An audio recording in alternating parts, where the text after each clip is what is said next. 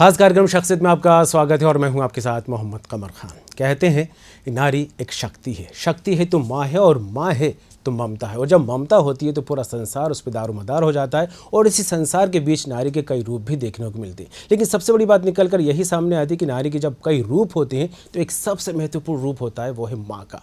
माँ कैसे बनती है और इस माँ के सब बनने के सफ़र में किस तरह की परेशानियाँ निकल कर सामने आती है और इन परेशानियों का समाधान कैसे निकाला जा सकता है। इसी तरह की कई और बातों को लेकर आज हम चर्चा करेंगे। हमारे साथ एक खास मेहमान स्टूडियो में मौजूद हैं, डॉक्टर वरुणा पाठक जी, जो कि जानी मानी गायकोलॉजिस्ट हैं और आज हमारे साथ मौजूद हैं। आपका बहुत बहुत स्वागत है डॉक्टर साहब। सबसे पहले यही जानना चाहेंगे, एक माँ के लिए जिस तरह से पीड़ादायक माना जाता है कि माँ 9 महीने का सफ़र तय करती है बच्चे को जन्म देने के लिए, और यही वो क्षण होता है, माँ को तकलीफ़ ज़रूर होती है लेकिन उसके चेहरे पर देखा जाए तो एक दर्द के साथ साथ खुशी वाली एक मुस्कान भी होती है। तो कैसे देखते हैं इस 9 महीने के सफ़र को आप? सबसे पहले दर्शकों को नमस्कार, और सौभाग्य मेरा कि मैं आज यहाँ मौजूद हूँ और अपने विचार आपके साथ साझा करने जा रही हूँ। बहुत ही बेहतरीन सवाल आपने पूछा कि 9 महीने का सफ़र। मैं हमेशा मानती हूँ कि 9 महीने का सफ़र लगभग 1 साल के बराबर होता है, क्योंकि मात्र 3 महीने रह जाते हैं उसको साल कंप्लीट होने में। लंबा सफ़र है, उसमें भी पड़ाव हैं।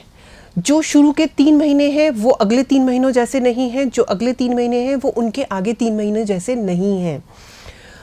खुशी महसूस होना बहुत स्वाभाविक है, क्योंकि वो अब एक नए जीवन को जन्म देने जा रही है, अपने जन्म को संपूर्ण करने जा रही है। तो बहुत बड़ा एहसास होना बहुत स्वाभाविक है। लेकिन इस लंबे सफ़र में बहुत सारी परेशानियां भी आ सकती हैं, जैसे जीवन का हिस्सा है, जीवन एक सा समान नहीं होता।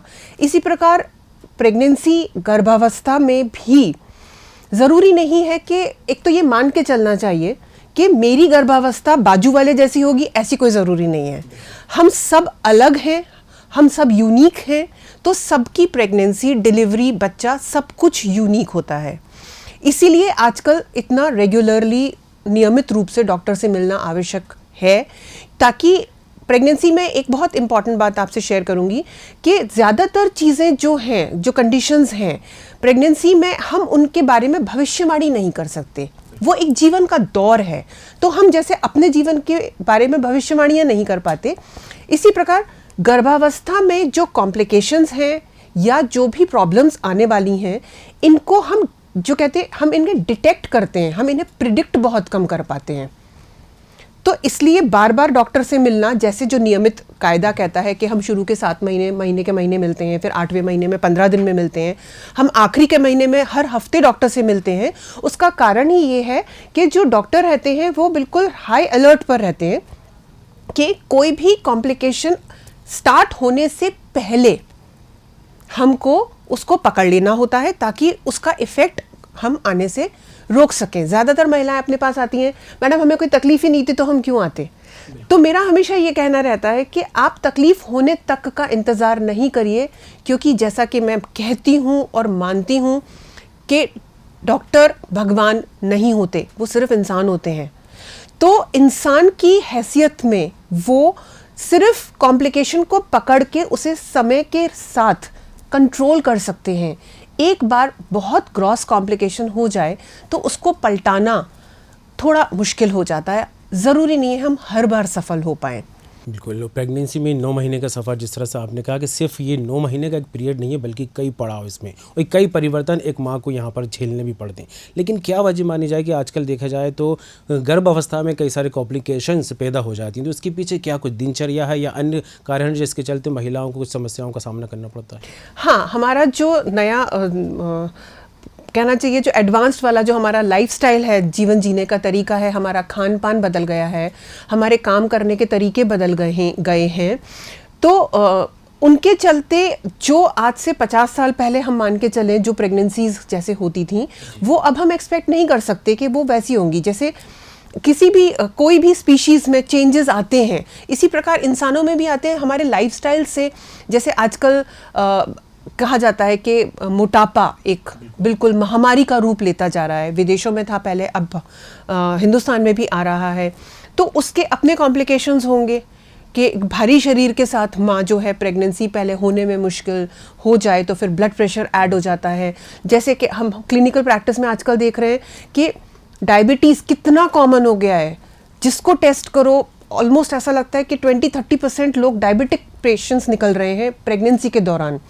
दोनों बातें हैं, हम डायग्नोसिस करने भी ज़्यादा लगे, अब हम टेस्ट भी ज़्यादा करते हैं और प्लस इन चीज़ों की संभावना बढ़ी भी है। थायराइड कितना कॉमन हो गया, तो वो हमारे लाइफस्टाइल से ताल्लुक़ रखता है कि लाइफस्टाइल चेंज हुए हैं तो बीमारियां भी बढ़ी हैं, डिटेक्शंस भी ज़्यादा हैं। डिटेक्ट करने का भी कारण ये है, देखिए पहले 5-6 बच्चे करना आमूमन बात होती थी, अब सब 1 बच्चा चाहते हैं, 2 बच्चे चाहते हैं। तो पेशेंट की और डॉक्टर्स की सबकी रिस्क टेकिंग कैपेसिटी हम जिसको बोलते हैं, हम कितना रिस्क लेना चाहते हैं वो बहुत कम हो चुका है। तो पेशेंट्स भी केयरफुल हैं, पेशेंट आज की तारीख में पेशेंट भी जागरूक है और डॉक्टर्स भी ज़्यादा, और हम बहुत ज़्यादा केयरफुल हो चुके हैं। जैसे जैसे एजुकेशन लेवल बढ़ता है, लोगों की सेंसिटिविटीज़ बढ़ती हैं। एक आज की तारीख में महिलाएं एक प्रेगनेंसी भी कंसीव करें तो हम सब चाहते हैं कि मेरी पहली प्रेगनेंसी भी मेरे घर में बच्चे के रूप में आए। प्रेगनेंसी डैमेजेस, अब हमारे अंदर हमारी सहन शक्तियाँ कम हैं, टॉलरेंस कम है, प्लस जिस प्रकार की हम जिंदगियाँ जी रहे हैं उसमें अब रिस्क लेने की हिम्मत कहना चाहिए किसी में भी नहीं है। तो इसलिए बिल्कुल रिस्क रहने की हिम्मत हो। जिस तरह से आपने भी जिक्र किया कि अगर कोई गर्भवती महिला हेल्दी है या वो मोटी है तो उसको कुछ कॉम्प्लिकेशंस बढ़ सकते हैं, लेकिन आमतौर पर आज देखने में आता है मैम कि जो महिलाएं दुबली पतली हैं प्रेगनेंसी जैसे ही कंसीव करती हैं तो उनके साथ ब्लड प्रेशर एक आम बात हो जाती है, थायराइड उनमें एक आम बात हो जाती है, हार्मोन्स जो है चेंजेस होना प्रेगनेंसी के साथ साथ एक आम बात है। तो क्या वजह मानी जाए कि ये प्रेगनेंसी के एक नेचुरल फैक्टर्स हैं या सिम्टम्स हैं या इनको कंट्रोल भी किया जा सकता है? देखिए, ब्लड प्रेशर हुआ, थायराइड हुआ, ये तो डिजीज़ेस की कैटेगरी में आते हैं, लेकिन प्रेगनेंसी में जैसे जैसे महिला के शरीर में चेंजेस आते हैं तो बहुत सारी ऐसी छोटी छोटी चीज़ें होती हैं जो कि उसका हिस्सा हैं। जैसे हमें थोड़ी सी गर्मी ज़्यादा लगना, थोड़ा सा कमर दुखना, पैरों में जो लेग क्रैम्प्स बोलते हैं वो लोग, कि रात को पैरों में दर्द होता है, या उल्टी आना, किसी भी चीज़ में स्वाद नहीं आना, इस प्रकार के जो बहुत सारे छोटे छोटे प्रेगनेंसी के सिम्टम्स हैं, इनको थोड़ा सा उसका हिस्सा मान के चलना चाहिए। जिसको हम हमेशा कहते हैं ये प्रेगनेंसी का हिस्सा है, इन्हें एंजॉय करो, ये बार बार नहीं होगा।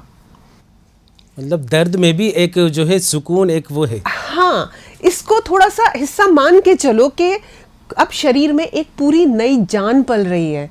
तो ऐसा तो नहीं हो सकता ना कि मुझे मेरे शरीर में कुछ अलग सा डिफरेंट महसूस ना हो। कुछ अच्छा होगा तो कुछ थोड़ा सा अच्छा नहीं भी होगा। तो इस प्रकार की जो छोटे छोटे सिम्टम्स हैं, हाँ ये बात सच है कि आप अपने डॉक्टर से शेयर कर लीजिए, क्योंकि हर बार हम ये माने पेशेंट को खुद नहीं समझ में आ सकता कि क्या चीज़ इसमें से सीरियस है क्या नहीं है। लेकिन कहते हैं प्रेगनेंसी के नॉन स्पेसिफिक सिम्टम्स बोलते हैं हम इनको, जो छोटी छोटी चीज़ें होती हैं, जैसे किसी के बाल झड़ते हैं, घोर बीमारियां नहीं हैं, ये प्रेगनेंसी से रिलेटेड नेचुरल फीचर्स हैं जो होते हैं। जैसे कमर दुखती है सबकी, क्योंकि हार्मोन्स जो प्रेगनेंसी के हैं वो हमारी कूल्हे की हड्डी को रिलैक्स कर रहे हैं, हमारा सेंटर ऑफ ग्रेविटी बदल रहा है। पेट के ऊपर 3 किलो का बच्चा, इतने किलो का यूट्रस, इतना वजन आ गया है, तो जैसे आपकी बॉडी का वेट डिस्ट्रीब्यूशन पहले था वो अब नहीं होगा, तो इसलिए कमर पे जोर पड़ेगा, पैरों में दर्द होगा।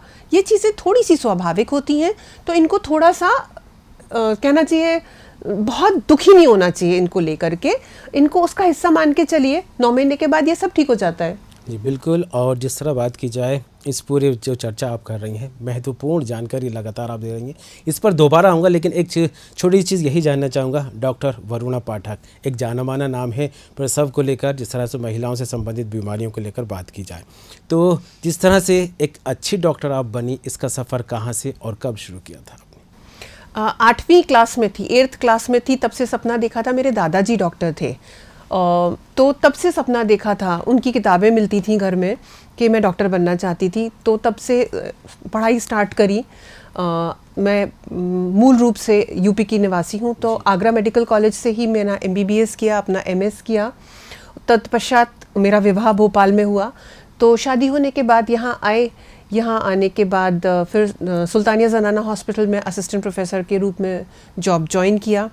तब से एक लंबा सफ़र तय किया, बस जुनून के साथ अपने काम में मज़ा आता था, पढ़ते रहे, करते गए, पढ़ाई की शौकीन थे बस। बिल्कुल मैम, जिस तरह से आपने शुरुआत में एक जिक्र किया कि गर्भवती महिला 9 महीने का सिर्फ सफ़र तय नहीं करती बल्कि एक ज़िंदगी को जन्म देती है, खुद की अपनी ज़िंदगी दांव पर लगाकर। तो ऐसे में सिर्फ डॉक्टर को लेकर बात करें या उस गर्भवती महिला को लेकर, क्योंकि 2 ज़िंदगियां एक डॉक्टर को बचाने की चुनौती अक्सर देखने को मिलती है, ऐसा कोई मामला, ऐसा कोई केस जो आपके लिए वाकई चुनौतीपूर्ण रहा हो? कभी नहीं भूलती, एक पेशेंट है, उनके 9 अबॉर्शंस हो चुके थे। वो हर बार कंसीव करती थी और उनका अबॉर्शन हो जाता था। अपनी 10th प्रेगनेंसी में मुझसे मिली थी सुल्तानिया में। एंड फिर कुछ तब तक, हाँ ये मानूंगी कि बिकॉज साइंस रोज एडवांस करती है और अगर जब हम पढ़ते रहते हैं लगातार और हम अपडेटेड रहते हैं तो हमको समझ में आने लगता है, जो गुत्थियाँ पहले नहीं सुलझी थी वो आगे आगे चल के सुलझने लगती हैं। तो वो पेशेंट मुझे हमेशा याद रहती है कि उसका 10th बच्चा जो है वो बिटिया हुई थी और अभी थोड़े दिन पहले उसने एक पुत्र को जन्म दिया है। वो पेशेंट हमेशा मुझे याद रहती है, क्योंकि मुझे याद आता है कि 4थे महीने पर मैंने उससे एक दिन ऐसे आराम से पूछा था, उसका नाम लेते हुए, जो मैं अभी नहीं लूँगी, कि तुम्हारा वो वाला टाइम तो निकल गया ना जब हर बार गिर जाते थे बच्चे, क्योंकि मेडिकल में ऐसा होता है कि जिस महीने पर यूजुअली गड़बड़ हो जाती है, अगर हम उसके पार निकल जाते हैं तो ऐसा मानते हैं कि शायद हम उस पुल को क्रॉस कर गए। तो मैंने उससे प्यार से ऐसे ही पूछा था कि अपना वो वाला टाइम तो निकल गया ना जो पिछली बार तुम्हारे सब गड़बड़ हो जाते थे। उसने, आप विश्वास नहीं करेंगे, मेरे हाथ के ऊपर अपना हाथ रखा और बोली, मैडम ये वाला तो हो रहा है। और वो बिटिया उसकी आज है, मेरे पास उसकी फ़ोटोग्राफ्स भी हैं। बहुत अच्छी बात है ये, और जिस तरह सही बात है, और कुदरत जब बदलाव करने के लिए आए, कुदरत जब देने के लिए आए तो कोई कुछ नहीं कर सकता। एक बात और अक्सर देखने में मिलती है कि आज समाज की सोच वाकई बदलाव के साथ, टेक्नोलॉजी के साथ साथ बदलती भी नज़र आ रही है। कहा जाता है कि अब जिस तरह से लेडी डॉक्टर प्रसव कम जो है पूर्ण कराती है महिला के साथ, पुरुषों को लेकर भी अक्सर एक सवाल बनने लगा है कि अब महिलाओं के सामने पुरुष भी जो है डॉक्टर्स बनकर सामने आने लगे हैं और उनका प्रसव कराने लगे। तो ऐसे में कुछ महिलाएँ जो है संकोचित होती हैं और पुरुषों से नहीं कराना चाहती। तो इस फैक्टर को किस तरह देखा जा सकता है? मैं थोड़ा सा आपसे इस मामले में सहमत नहीं रहूंगी, क्योंकि मैंने जैसे कहा कि मैं आगरा मेडिकल कॉलेज में मैंने अपनी पढ़ाई करी। तो आगरा मेडिकल कॉलेज में तो हमारे 80% जो टीचर्स होते थे वो पुरुष थे और वहाँ जनरेशन से मेल डॉक्टर्स रहे हैं। हम गुजरात की तरफ जाएं, हम कलकत्ता, वेस्ट बंगाल की तरफ जाएं, इवन महाराष्ट्र की तरफ, तो बहुत सारे पुरुष जो हैं वो गायनेकोलॉजिस्ट्स हैं। बहुत इंडिया के जो फेमस बड़े नाम हैं वो मेल्स हैं। बहुत सारी इंडिया से जो किताबें आती हैं हमारे सब्जेक्ट की वो मेल्स ने लिखी हैं। तो ये सिर्फ सोच का, नज़रिए का फ़र्क हो सकता है, क्योंकि डॉक्टर के लिए तो पेशेंट होता है। डॉक्टर को स्त्री पुरुष में समझ नहीं फ़र्क। जब मैं भी हूँ तो हम जब किसी पेशेंट को हैंडल करते हैं तो हमें उसका जेंडर नहीं दिखाई देता, हमें वो कंडीशन, हमें वो मेडिकल कंडीशन दिख रही होती है। बिल्कुल। तो लोगों के दिमाग में सिर्फ ऐसा सोचना है कि हमें हेजिटेशन है या हिचक है किसी पुरुष डॉक्टर से अपना ट्रीटमेंट करवाने में, जबकि ऐसा कुछ भी नहीं है। पुरुष भी बराबर आराम से, मतलब बराबर सक्षम है वो। एंड बल्कि हम तो जब स्टूडेंट थे तो उसका उल्टा फेस करते थे कि उनको ऐसा लगता था कि महिलाएं हैं तो ये नर्सें हैं और डॉक्टर साहब तो पुरुष होते हैं जी। तो वो हमें डॉक्टर नहीं मानते थे। ऑफिस में जब बात की गई कि गायनेकोलॉजिस्ट आने वाली हैं तो उसके जो है 1-to-1 करना, तो मैंने खुद आगे आकर कहा कि नहीं, अगर ये टॉपिक महिलाओं से संबंधित है मैं खुद इसको फेस करना चाहूँगा और मैं खुद इनसे बात करके शेयर करना चाहूँगा कि महिलाओं से जुड़ी जो समस्याएं होती हैं ताकि उनकी नॉलेज मुझे भी हो सके। तो इसलिए आज मैं आपको 1-to-1 करने यहाँ पर बैठा हूँ। मैम, ये तो रही पुरुषों से जुड़ी बात है, लेकिन जिस तरह महिलाओं में एक डर भी बना रहता है, खास करके उन महिलाओं में जो पहली बार प्रेगनेंसी को कंसीव कर रही हैं, पहली बार माँ बनने जा रही हैं, तो किस तरह की प्रिकॉशंस उनको लेनी चाहिए ताकि कॉम्प्लिकेशंस ना आए?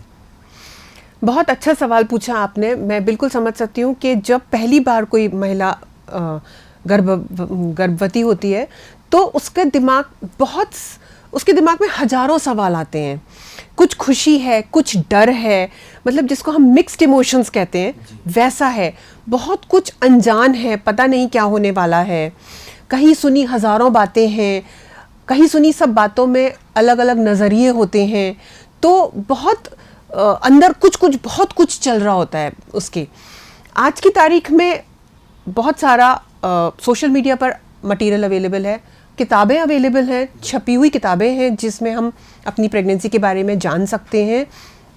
मोटे तौर पर अगर मैं आज इस प्लेटफॉर्म को यूज़ करके एक मैसेज कन्वे करना चाहूँ तो वो ये है कि देखिए, प्रेगनेंसी एक नैसर्गिक प्रक्रिया है। अगर हम सबसे पहले हम अपना मन अच्छा रखें, हम सकारात्मक रूप से उस चीज़ को आगे लेकर के चलें और जो स्वस्थ रहने के सारे नॉर्मल वाली बातें हैं, अच्छा खाइए, आराम करिए, तनावों से बचिए और एक आधे घंटे 40 मिनट्स की कोई भी जो आप रेगुलर एक्सरसाइज ठीक समझते हैं, बहुत भारी वाला नहीं, वो करते रहें। जो हमारी सामान्य दिनचर्या है उसको आप लगातार जारी रखें। समय समय पर अपने डॉक्टर से मिलते रहें। तो अगर कुछ भी प्रॉब्लम स्टार्ट होनी शुरू होगी वो आपको डॉक्टर पकड़ लेंगे वो टाइम से और वो आपको बता देंगे। बट अपनी तरफ से बहुत हज़ारों चीज़ों की छोटी छोटी उसमें आप फंसने से बचिए। उसको जितनी सहजता से लेंगे आप, उसका आउटकम भी उतना ही सहज निकलेगा। बिल्कुल। और जिस तरह आज देखा जाए तो एक फैक्टर आमतौर पर देखने को मिल रहा है वो है सिजेरियन डिलीवरीज, क्योंकि इसका रेशो नॉर्मल डिलीवरी के मुकाबले देखा जाए लगातार बढ़ता दिखाई दे रहा है, पहली बात। और दूसरी बात ये कि जिस तरह जब एक महिला गर्भवती होती है, प्रेगनेंसी जब आती है तो उसके बाद कहा जाता है, कुछ लोग कहते हैं आराम करो, कुछ लोग कहते हैं कि बराबर काम करना चाहिए। डॉक्टर्स भी इसको लेकर कंडीशंस के हिसाब से अलग अलग एडवाइस करते हैं। तो नॉर्मल डिलीवरी और सिजेरियन डिलीवरी में काम करने और आराम करने का कितना फ़र्क पड़ता है इस पर? देखिए, नॉर्मल डिलीवरी और सिजेरियन डिलीवरी में काम करने का तात्पर्य सिर्फ उतना ही है कि अगर मैं 9 महीने अपना एक बेसिक स्टैमिना बना के रखूंगी तो मैं नॉर्मल डिलीवरी करने में कर पाऊंगी। अगर मैं बहुत ज़्यादा आराम करती रही और मैंने क्योंकि जैसा मैंने कहा 9 महीने का सफ़र बहुत लंबा सफ़र है। अगर आपने 9 महीने में आराम कर करके अपने शरीर को निष्क्रिय कर लिया तो आपकी नॉर्मल डिलीवरी होने में वैसे भी परेशानी आने वाली है। मैंने कहा नॉर्मल जिंदगी जीने की कोशिश करते रहिए जितना जहां तक संभव हो। प्लस साथ में इंपॉर्टेंट चीज ये है कि बहुत दिमाग में ना इसका वो अटकाना नहीं है। देखिए, डिलीवरी करने के 2 ही तरीके हैं, या तो नॉर्मल या सिजेरियन। आज की तारीख में सबसे इंपॉर्टेंट चीज ये है कि हमें एंड में बच्चा और माँ दोनों स्वस्थ होने चाहिए। इस बात से आज हम अगर 100 साल पीछे देखें, जब सिजेरियन बहुत रिस्की होते थे, एनेस्थीसिया अच्छी नहीं होती थी, एंटीबायोटिक्स अच्छे नहीं होते थे, जो मैंने कहा साइंस बहुत आगे आ गई है। आज की तारीख में सिजेरियंस बहुत सेफ हैं, जो आज से 50 साल पहले इतने सेफ नहीं होते थे। तो बहुत ज़्यादा फर्क नहीं पड़ता कि हमारा बच्चा किस मेथड से हुआ है, लेकिन ये बहुत ज़्यादा फर्क पड़ता है कि एंड में वो दोनों अच्छे भी अक्सर देखने को मिलती है कि अगर सिजेरियन डिलीवरी किसी महिला की होती है तो ये कहा जाता है कि उसके अंदर बॉडी में वीकनेस आ जाती है, बैक पेन एक आम बात हो जाती है। तो इस तरह के जो है सिम्टम्स देखने को भी मिलते हैं। ये पहले होता था जब एनेस्थीसिया के तरीके पुराने थे, जब ऑपरेटिव सर्जरी करने के तरीके पुराने थे, तब होती थी ये प्रॉब्लम्स। आज की तारीख में जब सब कुछ इतना एडवांस्ड है तो ये चीज़ें अब नहीं होती हैं, अब ऐसा कुछ भी नहीं होता है। और देखिए, नॉर्मल डिलीवरी के भी अपने साइड इफ़ेक्ट्स हैं, ऐसा नहीं है कि नॉर्मल डिलीवरी 100% सेफ़ है। नॉर्मल डिलीवरीज यूजुअली बेबी के लिए रिस्की होती हैं, सिजेरियंस बेबी के लिए बहुत सेफ़ होते हैं। तो और कुछ तो ऐसी कंडीशंस होती ही हैं कि जहाँ सिजेरियन करना मजबूरी ही है, जैसे कि अगर रीढ़ की हड्डी में या कूल्हे की हड्डी में स्पेस नहीं है, बच्चा बड़े साइज़ का है, या आवल नाल नीचे है जिसको प्लेसेंटा प्रीविया कहते हैं। तो कुछ तो ऐसी कंडीशंस हैं जहां माँ और बच्चे को बचाने के लिए सिजेरियन के अलावा कोई चारा ही नहीं है, वहां तो करना ही पड़ेगा। बाकी अगर हमारी प्रेगनेंसी में 9 महीने तक सब कुछ नॉर्मल चलते रहता है तो नॉर्मल डिलीवरी आराम से होती हैं। बिल्कुल। मैं जब मेरी वाइफ गर्भवती हुई तो इस बीच में कुछ स्टडी कर रहा था तो एक बिंदु मेरे सामने आया था, वो था प्लेसेंटा को लेकर कि कभी कभी जो है कंसीव करने के बाद प्लेसेंटा जो है मिसप्लेस हो जाता है, तो उसके माइग्रेन होने के कितने चांसेस रहते हैं? कंसीव होने के बाद नहीं कहना ठीक रहेगा। जब वो बनना स्टार्ट होता है, जब पेट में बच्चेदानी के अंदर बच्चा आया, तो कोई भी एक साइट पर उसमें प्लासेंटा बनना स्टार्ट होता है। तो वो किस जगह पर बच्चेदानी के रिलेशन में बनना स्टार्ट हुआ, ये आपके मेरे किसी के भी हाथ में नहीं है। ये सिर्फ ऊपर वाला डिसाइड करता है कि वो कहाँ बनना स्टार्ट होगा। तो अगर वो नीचे की तरफ बन गया तो ये जो आप कंडीशन बता रहे हैं, जिसको हम प्लासेंटा प्रीविया कहते हैं, इसकी कंडीशन खड़ी हो जाती है। अगर कुछ ऐसी सिचुएशंस हैं जब जैसे जैसे बच्चेदानी बड़ी होगी तो हो सकता है कि वो बच्चेदानी के साथ ऊपर खिसक जाए, लेकिन आवश्यक नहीं है। यूजुअली ये कहते हैं कि अगर 28 हफ्ते तक अगर वो नीचे के रास्ते से हट गया तो हम उसे हटा मान लेते हैं, लेकिन अगर 28 हफ्ते तक भी प्लासेंटा बच्चे से नीचे है तो फिर बहुत कम संभावना रहती है कि अब वो ऊपर जा पाएगा। तो इस कंडीशन में सिजेरियन करना ही सेफ रहता है, क्योंकि आप समझ सकते हैं पहले प्लासेंटा है, बच्चा पीछे है, बच्चेदानी का मुंह खुलेगा, प्लासेंटा पहले आएगा तो ब्लीडिंग स्टार्ट होगी। माँ बच्चे दोनों की जान, माँ और बच्चा दोनों की जान को बहुत सीरियस खतरा है, बिल्कुल रिस्क लेने वाली चीज़ नहीं है। तो इसमें हमेशा सिजेरियन डिलीवरी चूज़ करी जाती है। बिल्कुल, एक माँ के लिए डबल चुनौती होती है, खुद को सेफ रखना, खुद के स्वास्थ्य का जो है ध्यान रखना, और जो अंदर एक ज़िंदगी पल रही है उसका भी ध्यान रखना, और उसको एक खुशहाल ज़िंदगी देने के लिए एक लंबा पड़ाव जो है उसको पार करना है। और ऐसे में शायद दुनिया का यही वो पहला और सबसे बड़ा दर्द होगा एक माँ के लिए, एक महिला के लिए। दर्द सहती है, लेकिन डिलीवरी के बाद एक खूबसूरत सी मुस्कान उसके चेहरे पर दिखाई देती है। तो अंत में क्या कुछ महिलाओं को मैसेज देना चाहेंगे? मैं महिलाओं को मैसेज तो एक ये देना चाहती हूँ कि हमारे पुराणों में जो अभिमन्यु वाली कहानी है उसे कभी मत भूलिएगा, क्योंकि लौट लौट के साइंस वापस वहीं आ रही है कि हमारे गर्भ में पलने वाला बच्चा आसपास की बातें सुनता है, हमारी भावनाओं को समझता है। अपना मन अच्छा रखिए, अच्छा सोचिए, पॉजिटिव अच्छी चीज़ें खाइए, और किसी भी नकारात्मक चीज़ से दूर हटिए, क्योंकि ना सिर्फ आपकी प्रेगनेंसी, ना सिर्फ आपकी डिलीवरी, आपके बच्चे का व्यक्तित्व इस बात पर निर्भर करेगा कि आप गर्भावस्था के दौरान किस मनःस्थिति में थे। तो बहुत पॉजिटिवली बहुत अच्छा कुछ होने जा रहा है ज़िंदगी में, उसके प्रति उत्साहित रहिए और अच्छा सोच के चलिए, तो अच्छा ही होगा। मेडिकल के साथ एक दवा ये भी है कि अपने आप को खूब खुश रखें जब आप गर्भवती होते हैं। बड़ी खूबसूरत बात आपने कही, और आने के लिए, आपको वक्त देने के लिए डॉक्टर वरुणा पाठक जी, आपका बहुत बहुत शुक्रिया। तो जिस तरह बात की जाए, गर्भ अवस्था में महिलाओं के साथ कई तरह की समस्याएं आती हैं, लेकिन इन समस्याओं से बचना है तो खुद को जागरूक होना होगा, और एक छोटे छोटे जो टिप्स हैं उनको अपनाना होगा, ताकि डिलीवरी के समय तक 9 महीने के अंतराल तक किसी तरह की कोई समस्या ना हो। और अगर इस तरह की कोई समस्या आती है तो अपने डॉक्टर से ज़रूर कंसल्ट करें और उसकी दी हुई एडवाइस को ज़रूर फॉलो करें। तो नहीं लगता कि एक ज़िंदगी के साथ 2 ज़िंदगी को किसी तरह की परेशानी होगी। खुशहाल भरी ज़िंदगी होगी, और खुश रहना भी एक नई ज़िंदगी को जन्म देना एक बड़ा तथ्य माना जाता है। इसी के साथ इस खास कार्यक्रम में फिलहाल इतना ही। खबरों का सिलसिला जारी रहेगा, बने रहिए।